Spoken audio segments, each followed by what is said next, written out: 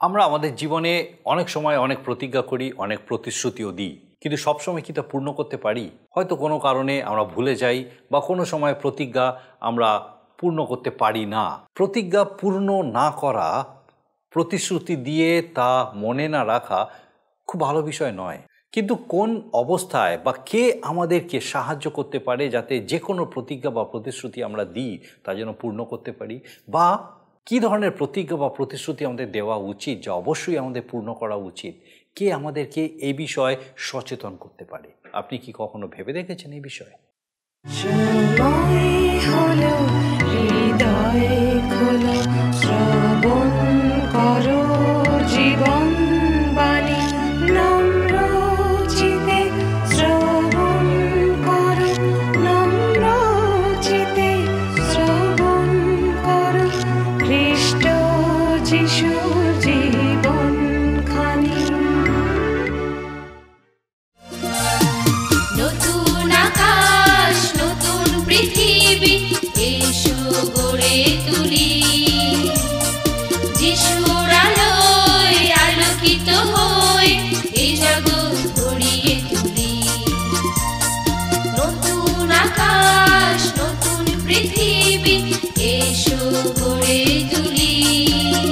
নমস্কার, প্রভু যীশু খ্রিস্টের মধুর নামে জীবনবাণী অনুষ্ঠানে আপনাকে স্বাগত জানাই। আমি খুব খুশি আজকে আরেকবার আপনি আমাদের সঙ্গে আমাদের এই জীবনবাণী অনুষ্ঠানে উপস্থিত হয়েছেন, যেন একসঙ্গে ঈশ্বরের বাক্যের এই যে ধারাবাহিক আলোচনায় আমরা অংশ নিতে পারি এবং ঈশ্বরের জীবন্ত বাক্য থেকে আজকে বিশেষভাবে আমাদের জীবনের জন্য যেন আমরা দেখতে পারি। আমাদের গত অনুষ্ঠানে আমরা দেখেছি ইসরায়েল জাতি সম্পর্কে, তারা অতীতে কিভাবে ঈশ্বরের প্রজা হলো।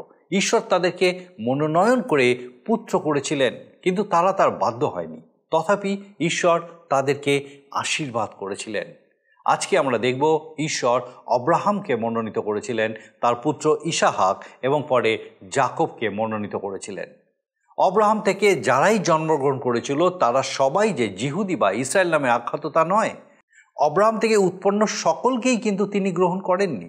এক্ষেত্রে আমাদের মনে হতে পারে ঈশ্বরের বিচার সঠিক নয়। তা কিন্তু নয়, কারণ তিনি সৃষ্টিকর্তা, তাঁর সার্বভৌম ক্ষমতা আছে। কেউ তাকে পরামর্শ দিতে পারে না। তিনি কোনো মানুষের সাহায্য নেন না। তিনি নিজে যেমন ইচ্ছা করেন সেই মতোই করেন। এখানে উল্লেখযোগ্য বিষয় কুম্ভকার ও মাটির কথা। কুম্ভকার বা কুমোর মাটির তাল থেকে কী ধরনের পাত্র তৈরি করবে সেটা তার নিজস্ব ইচ্ছা মতোই হয়। তাতে মাটির কিছু করার থাকতে পারে না, বা মাটি বলতে পারে না যে কেন আমাকে এই রকম পাত্র করে তৈরি করা হলো। ঈশ্বরের মনোনয়ন বা অগ্রাহ্য করা তার নিজস্ব বিষয়। আব্রাহাম থেকে উৎপন্ন সকলেই প্রতিজ্ঞাত সন্তান নয়। এখানে একটা প্রশ্ন আসে, তাহলে অন্য জাতির বিষয়ে ঈশ্বর কি উদাসীন? তা ঠিক নয়, কারণ তিনি মানুষকে স্বাধীন ইচ্ছা দিয়ে গড়েছেন। এই ইচ্ছা সকলের মধ্যেই আছে।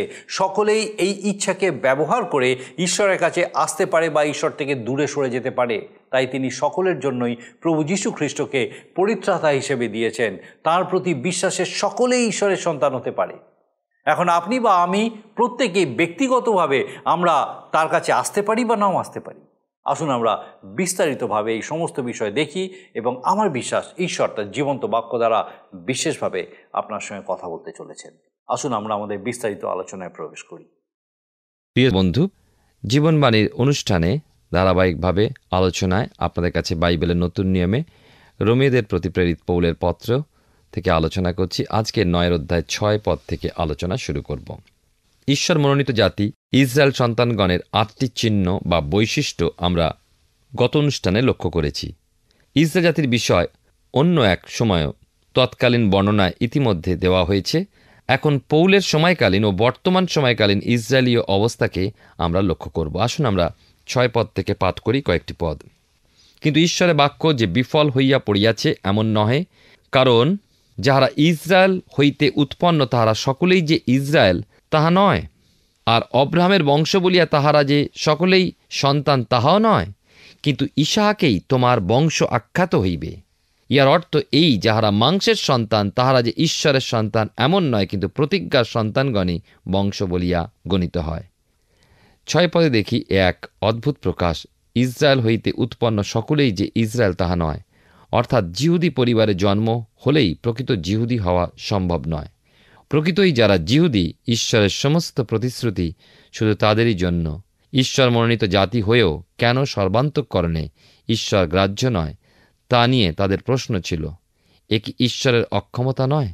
রোমীয় তার 3 অধ্যায়ে পৌল প্রথম দিকে এই সমস্যা সম্পর্কিত কিছু আলোচনা করেছেন। এখানে পৌল যাকব হতে সাধারণ ইসরায়েলের বংশ এবং আত্মিক ইসরায়েল বংশের অর্থাৎ পার্থক্য নির্ণয় করেছেন। সর্বদা থেকে যায় এক অবশিষ্টাংশ, আর সেই অবশিষ্টাংশ সাধারণ বংশ হোক বা না হোক আত্মিক বংশ বটে। এই প্রসঙ্গে ওই ইসরায়েল জাতির মধ্যে রয়েছে স্বাতন্ত্র্য। পৌল এখানে পরজাতীয়দের অন্তর্ভুক্ত করেননি। তাহলে দেখতে পাই ব্যর্থতা ঈশ্বরের নয়, ব্যর্থতা হলো মানুষের। ঈশ্বরের প্রতিজ্ঞাসমূহ শর্তহীন। 7 পদে দেখি সাধু পৌলের বিরুদ্ধে যারা দণ্ডায়মান হয় এই পদটি যুক্তিকে প্রতিহত করে। শুধু যদি সাধারণ জন্ম অনুসারে বংশ গণিত হয় তাহলে ইসমাইলীয়, মিদিয়নীয়, ইদোমীয়রা অন্তর্ভুক্ত হতে পারে যে শারীরিকভাবে এরা অব্রাহামের বংশ, কিন্তু এদের এমন কোনো নিশ্চয়তা নেই যে এরা প্রতিজ্ঞাত সন্তান হতে পারে। স্মরণ করুন, একসময় জিহুদিরা প্রভু যীশুকে বলেছিলেন, আমাদের পিতা অব্রাহাম। প্রভু যীশু উত্তরে বলেছিলেন, তোমরা যদি অব্রাহামের সন্তান হইতে তবে অব্রাহামের কর্ম করিতে। তারপর আরও বলেছিলেন, তোমরা আপনাদের পিতা দিয়াবলের এবং তোমাদের পিতা অভিলাষ সকল পালন করাই তোমাদের ইচ্ছা। সে আদি হইতে নরঘাতক, সত্যে থাকে নাই, কারণ তাহার মধ্যে সত্য নাই। সে যখন মিথ্যা বলে তখন আপনা হইতে বলে, কেননা সে মিথ্যাবাদী ও তাহার পিতা। 8 পদে দেখি প্রেরিত পৌল ইসরায়েল জাতির মধ্যস্থিত মনোনীত ও অমনোনীতদের মধ্যস্থিত পার্থক্য প্রকাশ করেছেন। প্রেরিতদের কার্যবিবরণ তার 21 অধ্যায় 20 পদে লূক বলেছেন, আর তাহা শুনিয়া তাহারা ঈশ্বরের গৌরব করিলেন এবং তাহাকে বলিলেন, ভ্রাত, তুমি দেখিতেছ জিহুদীদের মধ্যে কত সহস্র লোক বিশ্বাসী হইয়াছে, আর তাহারা সকলে ব্যবস্থার পক্ষে উদ্যোগী। এখানে পৌল সেই পার্থক্য দর্শাবার মধ্যে বলেছিলেন, মাংসের সন্তানরা ঈশ্বরের সন্তান নয়, কিন্তু প্রতিজ্ঞার সন্তানগণই বংশ হিসাবে আখ্যাত। প্রভু যীশু খ্রিস্টের মৃত্যু ও পুনরুত্থানের পরে ইসরায়েলের মধ্যবর্তী সহস্র জিহুদি খ্রিস্টের প্রতি ফিরেছিল। তারা মনোনীত, আর পৌল তাদের সর্বদা ইসরায়েল বলেছেন। যখন আমরা প্রকাশিত বাক্যে 2 অধ্যায় 9 এবং 3 অধ্যায় 9 পদে আসি, যেখানে প্রভু মণ্ডলীগুলিকে বলেছেন সেই সপ্তম মণ্ডলীর উদ্দেশ্যে, যেগুলি প্রথম শতাব্দীর প্রায় শেষের দিকে দেখা যায় যে তারা কখনোই ঈশ্বরের আরাধনাস্থলে সভ্য নয়, কিন্তু যে সমাজগৃহে শয়তানের আরাধনা হয় তারা সেই আরাধনাস্থলে সভ্য। শাস্ত্রে যদিও অব্রাহামের আরও সন্তানাদেরই পরিচয় পাওয়া যায়, তবু দেখি একমাত্র অব্রাহামের পুত্র ইসাহাকেই এবং তার বংশধরদের উদ্দেশ্যেই প্রতিশ্রুতিগুলো দেওয়া হয়েছিল। অর্থাৎ দেখা যায় স্বাভাবিকভাবে অব্রাহাম হতে জাত সন্তানরাই ঈশ্বরের সন্তান নয়। আত্মার মুক্তির জন্য অব্রাহামের কাছে ঈশ্বরের দেওয়া প্রতিশ্রুতি বিশ্বাসকারীগণই তাঁরই প্রকৃত সন্তান। 9 থেকে 13 পদে দেখি লেখা আছে, কেননা এই ঋতুতে আমি আসিব, তখন সারার এক পুত্র হইবে। ইহা প্রতিজ্ঞারই বাক্য। কেবল তাহা নয়, কিন্তু আবার রিবিকা এক ব্যক্তি হইতে আমাদের পিতৃপুরুষ ইসাহাক হইতে গর্ভবতী হইলে পর, যখন সন্তানেরা ভূমিষ্ঠ হয় নাই এবং ভালো মন্দ কিছুই করে নাই, তখন ঈশ্বরের নির্বাচন অনুরূপ সংকল্প যেন স্থির থাকে, কর্মহেতু নয়, কিন্তু আহ্বানকারীর ইচ্ছা হেতু তাহাকে বলা গিয়াছিল, জ্যেষ্ঠ কনিষ্ঠের দাস হইবে। যেমন লিখিত আছে, আমি যাকবকে প্রেম করিয়াছি, কিন্তু এসৌকে অপ্রেম করিয়াছি। প্রতিজ্ঞাত সন্তানগণ কিছু যে বিশ্বাস প্রযুক্ত এমন নয়। ইসাহাকের মধ্যেই দেখুন, তিনি তো জন্মগ্রহণের পূর্বেই বিশ্বাস করেছিলেন এমন নয়। ইসাহাক সেই প্রতিজ্ঞাত বংশ। ঈশ্বর প্রতিজ্ঞা করেছিলেন এবং তিনি যা প্রতিজ্ঞা দানস্বরূপ দেন তা মঙ্গল, তা শুভ। ইসাহাক ও রিবিকাকে যেন এক স্বর্গীয় মনোনয়নের স্থানে দেখা যায়। সৃষ্টির শুরুতে স্থিরীকৃত বিষয় ঈশ্বর সাধন করেন।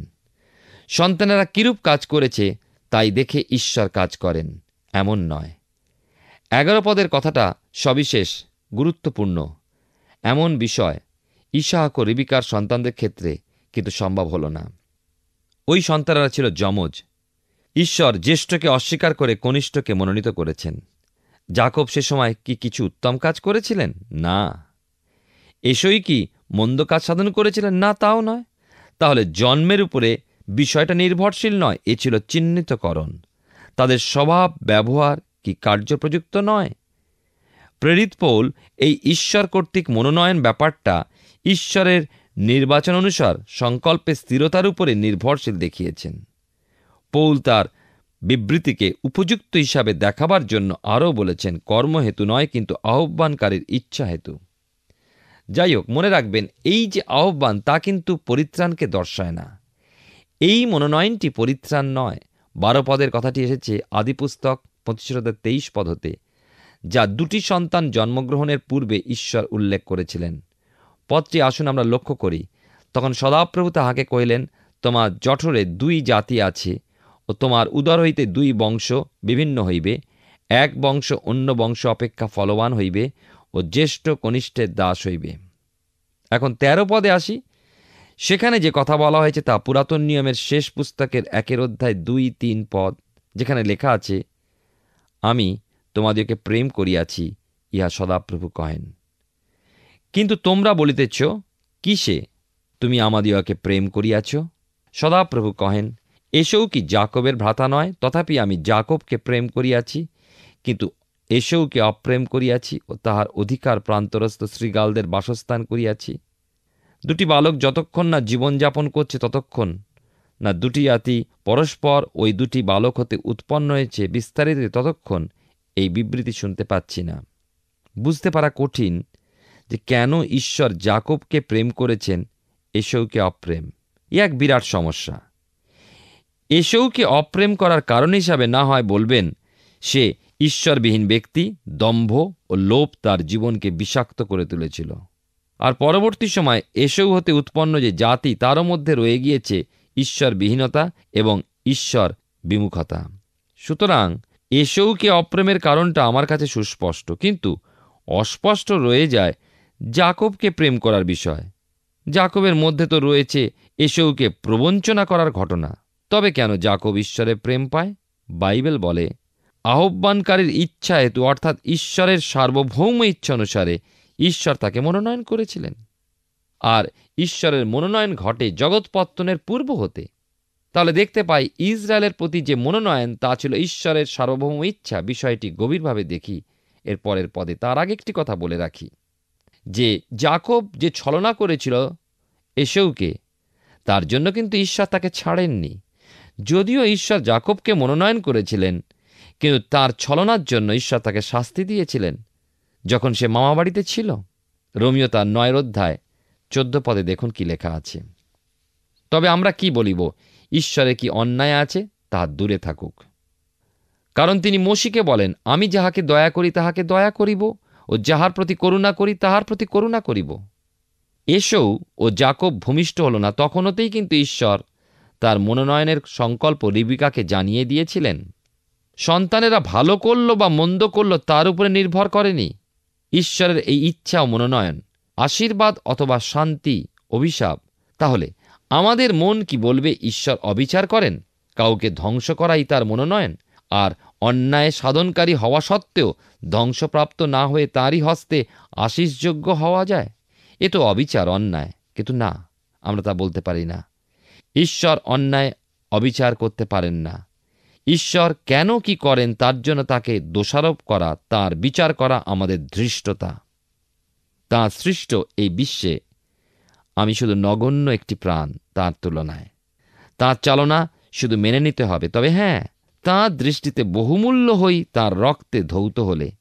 আর তাঁর সৃষ্ট এই হিসাবেই তাঁর দৃষ্টিতে আমি বা আমরা বা মানুষ মূল্যবান। সমস্ত সৃষ্টি সেই দিক হতে তাঁর সৃষ্টি বলেই তাঁর দৃষ্টিতে মূল্য পায়। কিন্তু আমাদের নিজেদের নগণ্য কীটের সমান ভাবতে হবে এবং আমাদের সৃষ্টিকর্তার সম্মুখে নত হয়ে অধীনতা সহ থাকতে হবে। তাঁর ইচ্ছাই সর্বময়। মনে পড়ে, মোশি দেখতে চেয়েছিলেন ঈশ্বরের প্রতাপ। ঈশ্বর বলেছিলেন মোশিকে, আমি তোমার সম্মুখ দিয়ে আপনার সমস্ত উত্তমতা গমন করাইব, আর আমি যাহাকে দয়া করি তাহাকে দয়া করিব, ও যাহার প্রতি করুণা করি তাহার প্রতি করুণা করিব। তুমি আমার মুখ দেখিতে পাইবে না, তুমি আমার পশ্চাৎ ভাগ দেখিতে পাইবে। অর্থাৎ ঈশ্বর যেন এই কথাই বলছেন, আমি তোমাকে সেই প্রতাপ দেখাবো, কিন্তু দেখাবো এই জন্য নয় যে তুমি মোশি বলে। আমি দেখাবো কারণ আমার ইচ্ছা আমি যাকে দয়া করব বা করুণা করব মনে করি তাকে করি। মোশি একজন মহান ব্যক্তি, সন্দেহ নেই। প্রান্তরে মোশিই তো ইসরায়েল সন্তানদের বহন করে নিয়ে গিয়েছিলেন। ঈশ্বর তাই বললেন, যেন তুমি মোশি, তাই তোমাকে প্রতাপ দেখাবো তা নয়, দেখাবো কেননা আমি ঈশ্বর। তেমনি আমি উদ্ধার পেয়েছি, করুণা পেয়েছি প্রিয় বন্ধু, আমার কোনো রকম উত্তমতায় নয়, ঈশ্বরের মনোনয়নে। তিনি ঈশ্বর, আর আমি তাঁর চরণে আমার মাথা নত করি। বাইবেলের নতুন নিয়মে রোমীয়দের প্রতি প্রেরিত পৌলের পত্র তার 9 অধ্যায় থেকে আলোচনা করছি। এখন আপনাদের সামনে 16 থেকে 18 পদ পাঠ করব ওই অধ্যায়।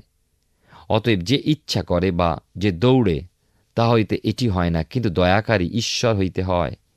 কেননা শাস্ত্র ফরৌনকে বলে, আমি এই জন্যই তোমাকে উঠাইয়াছি, যেন তোমাতে আমার পরাক্রম দেখাই, আর যেন সমস্ত পৃথিবীতে আমার নাম কীর্তিত হয়। 18 পদে লেখা আছে, অতএব তিনি যাহাকে ইচ্ছা তাহাকে দয়া করেন, এবং যাহাকে ইচ্ছা তাহাকে কঠিন করেন। মানুষের ইচ্ছায় ঈশ্বরের দয়া প্রকাশিত হয় না, মানুষের কাজের পুরস্কারেও নয়। মানুষের ইচ্ছা বা মানুষের কাজ ঈশ্বরের হস্তকে চালনা করে না। মানুষ মনে করে তার কোনো সিদ্ধান্ত, তার প্রচেষ্টাই তার প্রতি ঈশ্বরের দৃষ্টি, অনুগ্রহ ও আশীর্বাদের কারণ। ঈশ্বর অনুগ্রহ করেন, অনুগ্রহের প্রসারও ঘটান, সকলে তিনি ঈশ্বর। তাই আমরা ঈশ্বরের কার্যের কারণ জিজ্ঞাসা করার কে? তার কার্য নতমস্তকে মেনে নেওয়াই তাঁর সন্তানের স্বভাব হওয়া উচিত। 17 পদে পড়ি, ঈশ্বর ফরৌনকে বলেছেন, আমি এই জন্য তোমাকে উঠাইয়াছি। ঈশ্বর ফরৌনকে উঠিয়েছিলেন। তাহলে আপনার প্রশ্ন জাগে, ফরৌন তো মনোনীত নয় ঈশ্বরের? না, তা নয় বটে, কিন্তু ঈশ্বর ফরৌনকে এক সুযোগ দিয়েছিলেন। ফরৌন যেন ভেবেছিল, আমি ফরৌন, আমার সিদ্ধান্তই চূড়ান্ত। ইসরায়েল সন্তানদের বিনতি, অনুরোধ আমি শুনব না, তাদের মিশর ও মিস্রীয় দাসত্ব হতে মুক্তিও দেব না। কিন্তু ঈশ্বর যেন দৃঢ় প্রতিজ্ঞ হয়ে বলেছিলেন, ফরৌন, তুমি ভাবছ তুমি আমার সন্তান ইসরায়েলকে ছাড়বে না, অথচ তুমি ছেড়ে দিতেই চলেছ, অর্থাৎ তোমাকে শেষ পর্যন্ত ছেড়ে দিতেই হবে। ঈশ্বর জয়ী হলেন। ঈশ্বর আরও বলেছেন, তোমাকে উঠাইয়াছি যেন তোমাতে আমার পরাক্রম দেখাই, আর যেন সমস্ত পৃথিবীতে আমার নাম কীর্তিত হয়। যাত্রা পুস্তক 4 অধ্যায় 21 পদে মোশিকে ঈশ্বর বলছেন ফরৌনের বিষয়, কিন্তু আমি তাহার হৃদয় কঠিন করিব, সে ছাড়িয়া দিবে না। শাস্ত্র যখন বলছে ফরৌনের হৃদয় ঈশ্বর কঠিন করবেন, তার অর্থ ঈশ্বরই ফরৌনকে হৃদয় কঠিন সিদ্ধান্ত গ্রহণে প্রবৃত্ত করেছিলেন না, ঈশ্বর ফরৌনকে প্রবৃত্ত করেছিলেন তাই সাধন করতে, যা ফরৌন নিজ হৃদয় সিদ্ধান্ত নিয়েছিলেন। প্রিয় ভাই ও বোন, জেনে রাখবেন, নরকে এমন একটা মানুষও থাকবে না যে নিজে থাকতে ইচ্ছুক হয়নি। তেমন মানুষই নরকে অনন্তকাল বাস করবে যে সেখানে বাস করতে চেয়েছে। আপনি আপনার সিদ্ধান্ত নিজেই নিতে পারেন। ঈশ্বর সর্বজ্ঞ, তিনি মন্দের মধ্যে চালিত করতে পারেন না। মানুষ অনুপযুক্ত হয়েও যদি গ্রীবা কঠিন করে, ঘাড় শক্ত করে, ঈশ্বর তখন রাস্তা বন্ধ করবেন। আর ফরৌনের ক্ষেত্রে তাই ঘটেছিল। রোমীয় তার 9 অধ্যায় 19 থেকে 21 পদ পাঠ করব।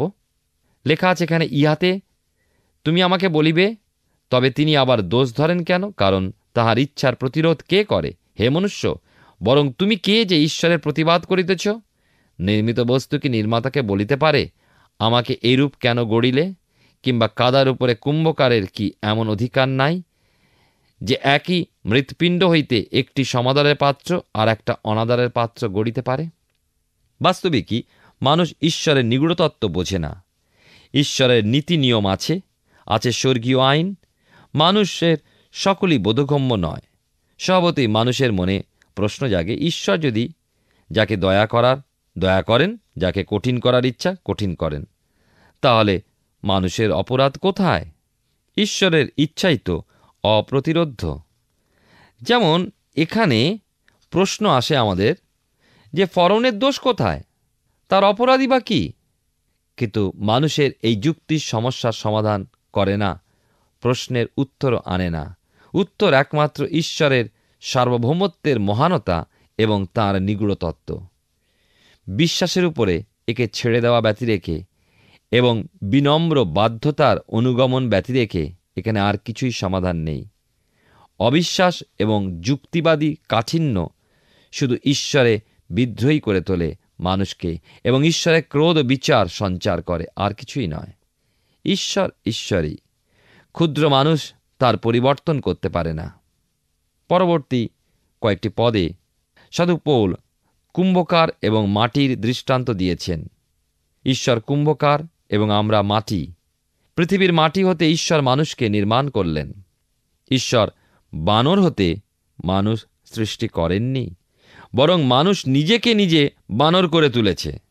গীতরচক বলেছেন 103 গীতে 14 পদে, কারণ তিনি আমাদের গঠন জানেন, আমরা যে ধূলিমাত্র ইহা তাহার স্মরণে আছে। কিন্তু আমাদের অনেক সময় স্মরণে তা থাকে না, আমরা ভুলে যাই। অব্রাহাম ঈশ্বরের সামনে নিজের সঠিক অবস্থাকে স্বীকার করেই বলেছিলেন, দেখুন, ধূলি ও ভস্মমাত্র যে আমি প্রভুর সঙ্গে কথা কইতে সাহসী হইয়াছি। এই পৃথিবীর উপরে আমরা শুধু ঈশ্বরের অধিকার। ঈশ্বর কাদা দিয়ে একসময় তৈরি করলেন মসিকে, আবার একসময় গড়লেন ফরৌনকে। একটা সমাদরের পাত্ররূপে তৈরি হলো, যেখানে অপরটি হয়ে গেল অনাদরের। একজন কুম্ভকারের কি তার ইচ্ছা অনুযায়ী গড়ে তোলার অধিকার মাটির উপরে থাকতে পারে না? পৌল এখানে মাটির উপরে ঈশ্বরের ইচ্ছার স্বাধীন ভাব বা নিজ অধিকারের বিষয় বলেছেন। কিন্তু এবার তিনি বলছেন, এমনকি ওই ক্রোধের বা অনাদরের পাত্রের উপরে অনুগ্রহ প্রদান করেন, ধৈর্য ধারণ করেন। আমরা রোমীয় তার 9 অধ্যায় এই সময় 22 থেকে 24 পদ পাঠ করব। দেখুন কি লেখা আছে এখানে। আর ইহাতেই বা কি, যদি ঈশ্বর আপন ক্রোধ দেখাইবার ও আপন পরাক্রম জানাইবার ইচ্ছা করিয়া বিনাশার্থে পরিপক্ক ক্রোধ পাত্রদের প্রতি বিপুল সহিষ্ণুতায় ধৈর্য করিয়া থাকেন, এবং এই জন্য করিয়া থাকেন যেন সেই দয়াপাত্রদের উপরে আপন প্রতাপ ধন জ্ঞাত করেন, যাহাদিওকে প্রতাপের নিমিত্ত পূর্বে প্রস্তুত করিয়াছেন, আর যাহাদিওকে আহ্বান করিয়াছেন কেবল জিহুদীদের মধ্য হইতে নয়, পরজাতিদের মধ্য হইতে আমাদিগকেই করিয়াছেন। এই বিষয়টি খুবই সত্য যে ঈশ্বরের রয়েছে সার্বভৌম ক্ষমতা। যদিও তিনি যাকে দয়া করার ইচ্ছা তাকে দয়া করেন, যাকে আবার কঠিন করার ইচ্ছা কঠিনও করেন, তবুও তিনি ক্রোধের পাত্র অনাদরের পাত্রদের উপরে ধৈর্য ধারণপূর্বক অনুগ্রহ করেন। ইচ্ছা করলে তিনি তো পারেন তাদের ধ্বংসের মধ্যে নিক্ষেপ করতে, কারণ অনাদরের পাত্র ক্রোধের পাত্র তার বিদ্রোহী ভাব ও পাপ প্রবৃত্তি, অবাধ্যতা ইত্যাদি দ্বারা বিচারের জন্য পরিপক্কতা লাভ করে। অথচ ঈশ্বর তো তাদেরকে তাৎক্ষণিক বিচারে আনতে পারেন, তবু তিনি তাদের মাটির ন্যায় এক নিষ্প্রাণ জড় পদার্থের দৃষ্টিভঙ্গিতে না দেখে তাদের মধ্যে দিয়ে থাকেন স্বাধীন ইচ্ছা। কারণ কি? কারণ হলো এই যে তাদের ওই স্বাধীন ইচ্ছা দ্বারা তারা ঈশ্বরের বাধ্য হয়ে ওঠার বিবিধ সুযোগ ঈশ্বর হতে প্রাপ্ত হয়। কিন্তু তাদের শক্তগ্রীবতার দরুন ঈশ্বর দত্ত সুযোগকে উপেক্ষা অস্বীকার করে। ঈশ্বর এই স্বভাব ঘৃণা করলেও তাদের প্রতি দীর্ঘ সহিষ্ণু হন।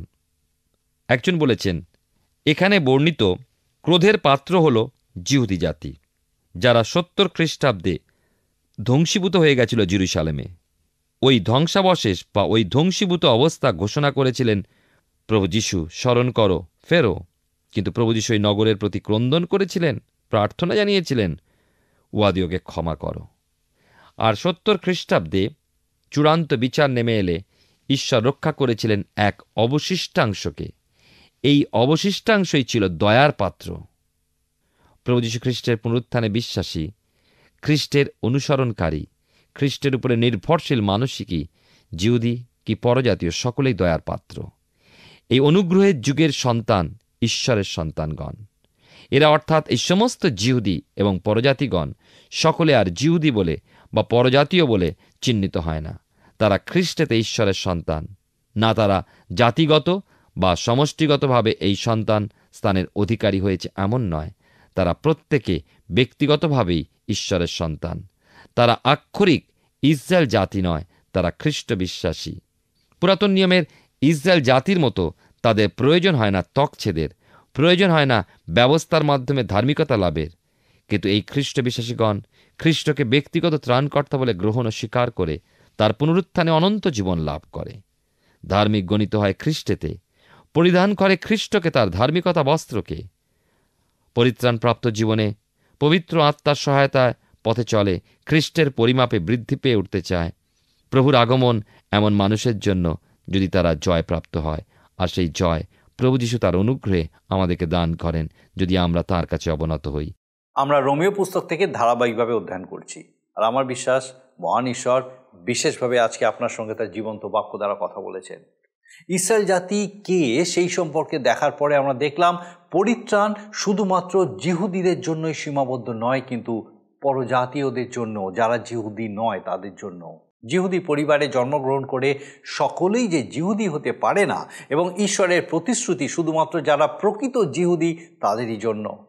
সাধু পৌল এই পার্থক্যকে খুব পরিষ্কার করে বুঝিয়ে দিয়েছেন, ইসরায়েল জাতির মধ্যে মনোনীত এবং যারা মনোনীত নয় তাদেরকেও। বর্তমানেও এই বিষয়ে আমাদের ধারণা পরিষ্কার থাকে না, কিন্তু সাধু পৌল বলেছেন মাংসের সন্তানেরা ঈশ্বরের সন্তান নয়, অপরদিকে প্রতিজ্ঞার সন্তানেরা বংশ হিসেবে আখ্যাত, অব্রাহামের বংশ হিসেবে আখ্যাত। অব্রাহাম থেকে আরও কিছু মানুষদের আমরা পাই, যেমন ইসমাইলীয়, মিদিয়নীয়, ইদোমীয়, এরা সকলেই সেই প্রতিজ্ঞার সন্তান নয়, কিন্তু ইসাহাক থেকে যাকব ও তার বংশধর ইসরায়েলীয় বলে আখ্যাত। এক্ষেত্রে যাকবের কাজের দ্বারা কিন্তু তিনি ঈশ্বর দ্বারা মনোনীত হননি, আবার এসেও তার কাজের কারণে কিন্তু অগ্রাহ্য হয়েছিলেন তাও নয়। ঈশ্বর আমাদেরকে মনোনীত করেছেন আমাদের কোনো প্রকার উত্তমতার জন্য নয়। সাধু পৌল ঈশ্বর কর্তৃক মনোনয়নকে ঈশ্বরের নির্বাচন অনুসারে ও তার সংকল্প স্থিরতার অনুসারে দেখিয়েছেন, যে মনোনয়ন ঘটে জগৎপত্তনের পূর্বে। তাই আসুন আমরা ঈশ্বরের মনোনীত আত্মিকভাবে যে তার সন্তান হয়েছি সেই মতো ভাবে আমাদের জীবনযাপন করি। আমাদের আগামী অনুষ্ঠানে আমরা দেখব অজিহুদীদের মনোনয়ন, যারা জিহুদি নয় সেই সম্পর্কে, তাদের মনোনয়নের সম্পর্কে শাস্ত্র কি বলে। আসুন এই সময় প্রার্থনায় যাব, আর আমি চাইব আপনি আমার সঙ্গে প্রার্থনায় যোগ দিন। আসুন প্রার্থনা করি। করুণাময় স্বর্গীয় পিতা প্রভু, তোমার ধন্যবাদ, তোমার স্তুতি করি আরেকটি বার তোমার জীবন্ত বাক্যের সান্নিধ্যে আমাদেরকে প্রকৃত সচেতন হতে সাহায্য করেছো, যে কিভাবে তুমি আমাদেরকে মনোনীত করেছো প্রভু তোমার সন্তান রূপে। ধন্যবাদ দিয়ে আমাদের প্রত্যেক দর্শক বন্ধুর কাছে আরেকটি বার পিতা তোমার এই সত্য তুমি প্রকাশ করেছো, তাদের হৃদয় মনকে উজ্জীবিত করেছো, যে ঈশ্বর কিভাবে প্রত্যেককে তার সন্তান রূপে তুমি মনোনীত করেছো। স্বর্গীয় পিতা, আমাদের সেই প্রত্যেক দর্শক বন্ধু, তাদের পরিবার পরিজন প্রত্যেককে তোমার পবিত্র পরাক্রমে সুস্থির রাখো, তোমার সন্তান রূপে বেড়ে উঠতে সাহায্য করো, আশীর্বাদ যুক্ত করো, তোমাতে স্থির থেকে তোমার গৌরব করতে সাহায্য করো। বিশেষ করে পিতাগো, যদি কেউ কোনো রকম অসুস্থতার মধ্যে আছেন পিতা, তাদের আরোগ্যতার জন্য প্রার্থনা করি। প্রভু, তোমার পবিত্র পরাক্রমে তোমার অসাধ্য কিছুই নেই পিতাগো, এবং তোমার কাছে আমাদের বিনীত নিবেদন, সেই অসুস্থ শরীরকে তুমি স্পর্শ করো। পিতাগো, অসুস্থতা কি আমরা জানি না, কিন্তু জানি যে তুমি সুস্থ করতে সমর্থ।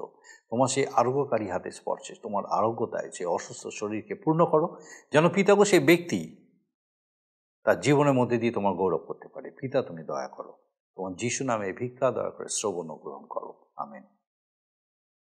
মহান ঈশ্বর তা মহা অনুগ্রহে আমাদেরকে মনোনীত করেছেন, যেন আমরা তিনি যে জীবন চান সেই জীবনে সেই মতো আমরা আমাদের জীবনে এগিয়ে চলতে পারি, যেন তারই নাম গৌরবান্বিত উচ্চকিতময় বান্বিত হয়।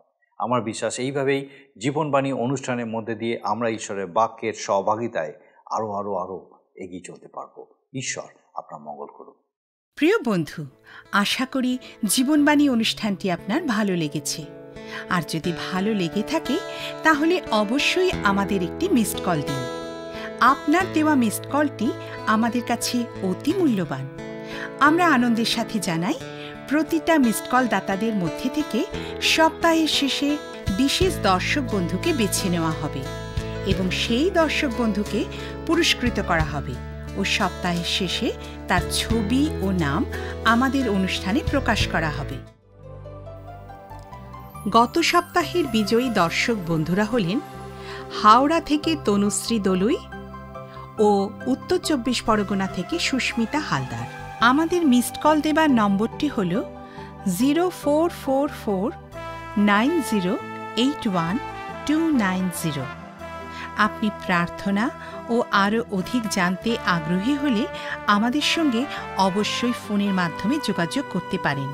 আমাদের মোবাইল নাম্বার 9433497235 এবং আরেকটি হল 9433803755। আর আমাদের ঠিকানা টিভি স্ক্রিনে আপনারা দেখে নিন। ধন্যবাদ। ভালো থাকুন, সুস্থ থাকুন।